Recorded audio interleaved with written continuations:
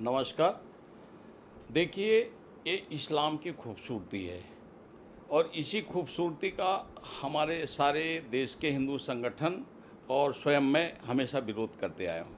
जिस तरीके से भारत में बांग्लादेश की चिंता मत करिए, बांग्लादेश की जो परिस्थिति है उसके पहले हमारे देश में कश्मीर की परिस्थिति हो चुकी है, पाकिस्तान की परिस्थिति हो चुकी है, अफ़गानिस्तान की परिस्थिति हो चुकी है। अब हमें अपने देश के बारे में सोचने की इस समय आवश्यकता है।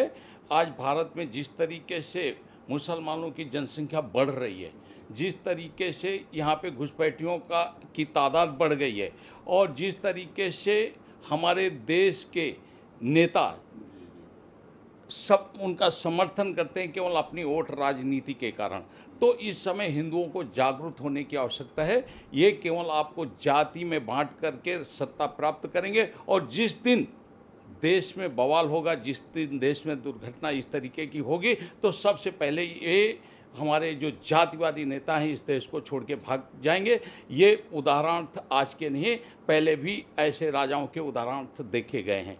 मैं आपको के चैनल के माध्यम से हमारे देश के सनातन धर्म के मानने वालों को आज फिर आगाह करना चाहूँगा कि आप एकत्र होइए, ये जातिवादी नेताओं के चक्कर में बिल्कुल मत पड़िए। मैं देश के साधु संतों को भी आगाह करना चाहूँगा कि आप आश्रमों से बाहर निकलिए।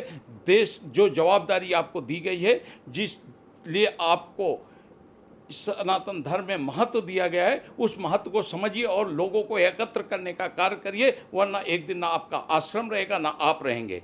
जिस तरीके से जिनको जवाबदारी सनातन धर्म को एकत्र करने के लिए दी गई थी, उनके अंदर जो अहंकार भरा हुआ है, उस अहंकार को मैं आज अहंकारी ऐसे साधु संतों को भी आगाह करना चाहूँगा कि आप केवल व्यापार स्वरूप कार्य मत करिए।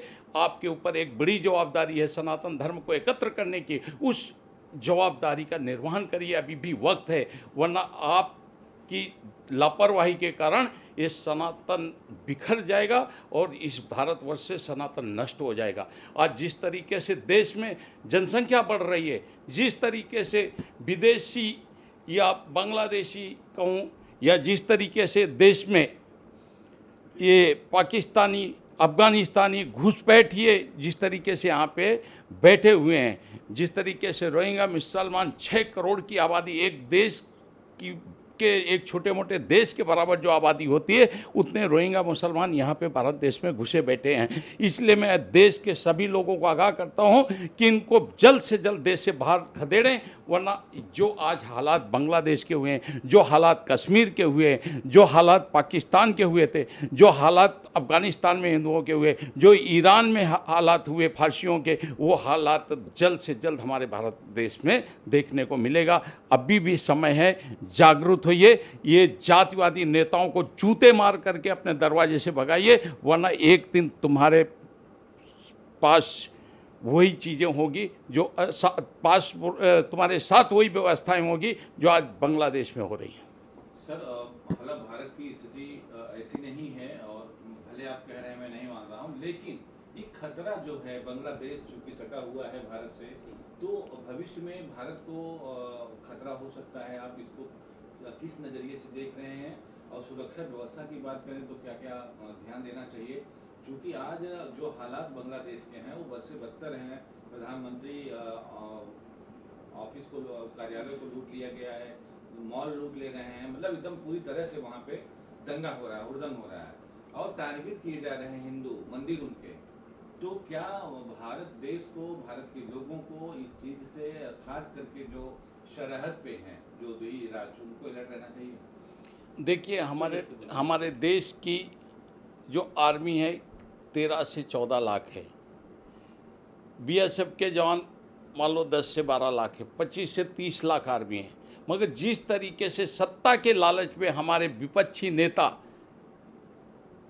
जो व्यवहार कर रहे हैं, तो मैं माननीय प्रधानमंत्री हमारे देश के नरेंद्र मोदी जी को आगाह करना चाहूँगा कि आप सावधान रहिए और इन विरोधियों पर नज़र बना करके रखिए, क्योंकि अगर नहीं भी हालात है तो ये हालात पैदा करने के लिए पूरे कार्य कर रहे हैं और आने वाले समय में कोई भी गारंटी नहीं है। अगर सरकार इस पर ध्यान नहीं देगी तो ये जो सत्ता के लालची नेता हैं ये ऐसे हालात पैदा करवा देंगे। मैं आपको एक उदाहरण देता हूँ। कांग्रेसी नेता है एक सलमान, मैं पूरा नाम भी नहीं जानता हूँ और ऐसे लोगों का नाम भी लेना नहीं चाहता हूँ। उसने एक बयान दिया है 2 दिन पहले, 1 दिन पहले, कि अगर जो बांग्लादेश में हालात हुए हैं, जो बांग्लादेश में क्या भारत में नहीं हो सकते हैं? यही हमारे देश के हम जिनको हमारी आत्मा में घुसे थे, माननीय बाला साहेब ठाकरे, कल उनका पुत्र सत्ता के लालच में, सत्ता के मोह में एक बयान दे रहे हैं कि आप ये आंदोलनकारियों को आतंकवादी बोलते हो, आप किसानों को आतंकवादी बोलते हो, तो क्या ये आतंकवादी आपको नहीं खदेड़ सकते? ये वो हालात पैदा कर रहे हैं, बांग्लादेश की सिचुएशन को अपने सत्ता के लालच में पूर्ण यहाँ पे उसी को प्रयोजित करना चाहते हैं, उसी नियोजन के तहत वो हालात यहाँ पे पैदा करने की कोशिश कर रहे हैं। इसीलिए मैं बार बार आगाह करता हूँ देश के समस्त सनातन धर्म के मानने वालों को कि अभी भी वक्त है जाति व्यवस्था से ऊपर उठ करके, राज व्यवस्था से ऊपर उठ करके धर्म के प्रति कार्य करिए और अपने देश को संतुलित बनाए रखने के लिए। और जो मैं बाबा साहेब अम्बेडकर की बात करते हैं, मैं उनको भी आगाह करना चाहता हूं, जब तक इस देश में सनातन धर्म है तभी तक बाबा साहेब अम्बेडकर साहब का संविधान है। जिस दिन से सनातन धर्म नष्ट हो जाएगा उसी दिन आपके बाबा साहेब अम्बेडकर का संविधान नष्ट हो जाएगा।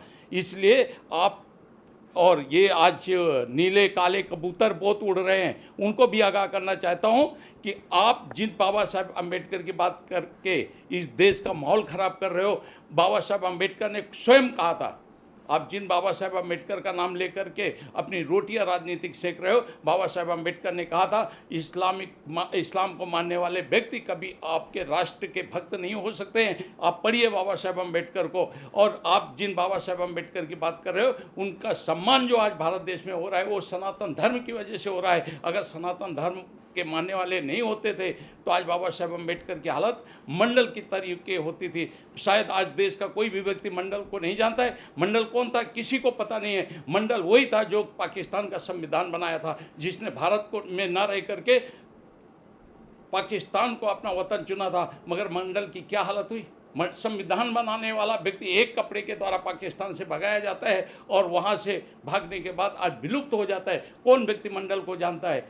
क्यों सम्मान नहीं हुआ मंडल को? और मंडल के कारण जो दलित बंधु वहाँ पे पाकिस्तान में रुके थे, आज जिनकी आबादी 30% थी, 20% आबादी थी, उस 20% आबादी का आज 1.5% रहा। वहाँ पे दलित वहाँ पे मंडल के कारण गए थे और आज क्या हुआ? वहाँ पे वो सारे दलितों का कन्वर्जन कर दिया गया, उनकी बहन बेटियों की इज्जत लूटी गई, उनको नाबालिग लड़कियों के साथ 60 साल 50 साल का व्यक्ति निकाह करता है। और आज ये हम जो बात कर रहे हैं जय भीम जय मीम की, उनको मैं आगाह करना चाहता हूँ कि आप अपने स्वार्थ के कारण, अपनी राजनीतिक रोटी के कारण हमारे दलित बंधुओं को बरगला करके उनके अंत का कारण मत बनिए। आप इस भारत देश को खंडित करने का कार्य मत करिए। मैं बार बार वही बात करता हूँ, इस्लाम की खूबसूरती यही है, दंगा, आतंक, वेश्यावृत्ति, लूटपाट, अनैतिक कार्यों पे लिप्त होना, यही उस मजहब का कार्य है। और जहाँ पर रहेंगे, ये धारावी नहीं, पूरे देश में ऐसी घटनाएं घटेंगी अगर हिंदू एकत्र नहीं हुआ। और हमें दुर्भाग्य है कि आज हम बोलते हैं हम 80% है और हमें 20% लोगों से अपनी सुरक्षा के लिए लोगों से अपील करना पड़ता है। तो यही कारण है कि हिंदुओं अभी जागरूक हो, भगवान कृष्ण के उपदेशों का पालन करो, भगवान कृष्ण की गीता को पढ़ो। और मैं सभी सनातन धर्मियों को आज कहना चाहूँगा कि आप गीता का पाठ करो। जिस दिन गीता का अध्ययन कर लोगे उस दिन आपको अपनी ताकत का, अपने सनातन धर्म का ज्ञान हो जाएगा और उसी दिन आपके साथ कोई भी अनैतिक कार्य करने वाला नहीं बचेगा और विश्व में सनातन धर्म का परचम लहराएगा। इसलिए मैं बार बार अपने साधु संतों को अपील करना चाहूँगा कि आप सही तरीके से तथ्यों के साथ समाज को समझाइए कि सनातन धर्म क्या है, सनातन धर्म की खूबियाँ क्या हैं, लोगों को एकत्र करने के लिए कार्य करिए। मैं उन ब्राह्मणों को भी आज कहना चाहूँगा जो जाति का ढकोसला लेकर के घूमते हैं, ये आप ढकोसला बंद करिए, वरना आने वाले समय में ना आपका धर्म रहेगा ना आपकी जाति रहेगी। वक्फ बोर्ड का भी इस समय मामला गरमाया हुआ है। तो उस पर आपकी क्या प्रतिक्रिया रहेगी? हमारा दुर्भाग्य है, और कांग्रेस ने जिस तरीके से हमारे देश को और या हमारे सनातन धर्म के लोगों को लूटने का कार्य किया है, उसी कार्य के तहत वक्फ बोर्ड का गठन किया गया था। वक्फ बोर्ड है क्या है शायद किसी को मालूम नहीं। वक्फ बोर्ड वो है जो हमारे देश से बंटवारे के बाद मुसलमान चले गए, उनकी जो संपत्तियां हैं वो मुसलमानों को दी जाए, और उसी के तहत से इस वक्फ बोर्ड का गठन हुआ। और ऐसा वक्फ बोर्ड है कि आप इस देश का और इस संविधान का मजाक उड़ाया गया है। उसमें ऐसा है कि आप वक्फ बोर्ड आकर के आपकी ज़मीन में बोलेगा यहाँ पे वक्फ बोर्ड का कब्जा है, अरे ये ज़मीन वक्फ बोर्ड की है, तो आप कोर्ट में भी नहीं जा सकते। तो मतलब किस तरीके की मतलब हमारे ऊपर किस तरीके का मतलब ये बोल नहीं सकता हूँ मैं, ऐसी ऐसी चीज़ें हमारी कांग्रेस ने हिंदुओं और सनातन धर्म के लोगों के ऊपर ला दी है। सनातन धर्म को नष्ट करने के लिए किस तरीके से एक स्लो पॉइजन का कार्य कांग्रेसियों ने किया है, चाहे वो इतिहास के माध्यम से हो, चाहे शिक्षा के माध्यम से हो, चाहे सामाजिक माध्यम से हो, कांग्रेसियों ने सनातन धर्म को नष्ट करने के लिए कोई कसर नहीं छोड़ी। इसलिए मैं बोलना चाहूँगा कि हमारे सनातन धर्मी सत्ता का मुँह छोड़िए, अपने आप को बचाने के लिए कार्य करिए और अपने देश को बचाने के लिए कार्य करिए। कांग्रेस का साथ और हाथ केवल आतंकवादियों के साथ है। सर, एक और सवाल मेरा है, जिस तरह से बांग्लादेश में हिंदुओं पर हमला हो रहा है, तो क्या भारत को उसमें हस्तक्षेप करना चाहिए?